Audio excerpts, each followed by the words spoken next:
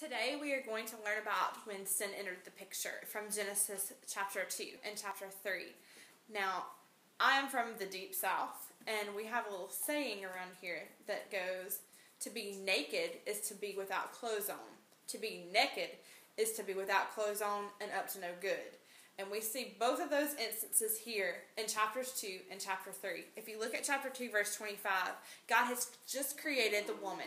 She's entered the picture, and he says, and the man and his wife were both naked, and they were not ashamed. See, sin hasn't entered the picture yet. No sin, no shame.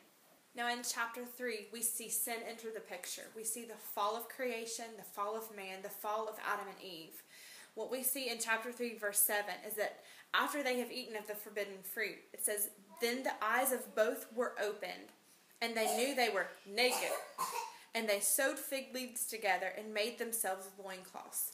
We've gone from being naked and feeling no shame to being naked and feeling shame, to the point where they felt they needed to go and sew the very first garments to cover themselves.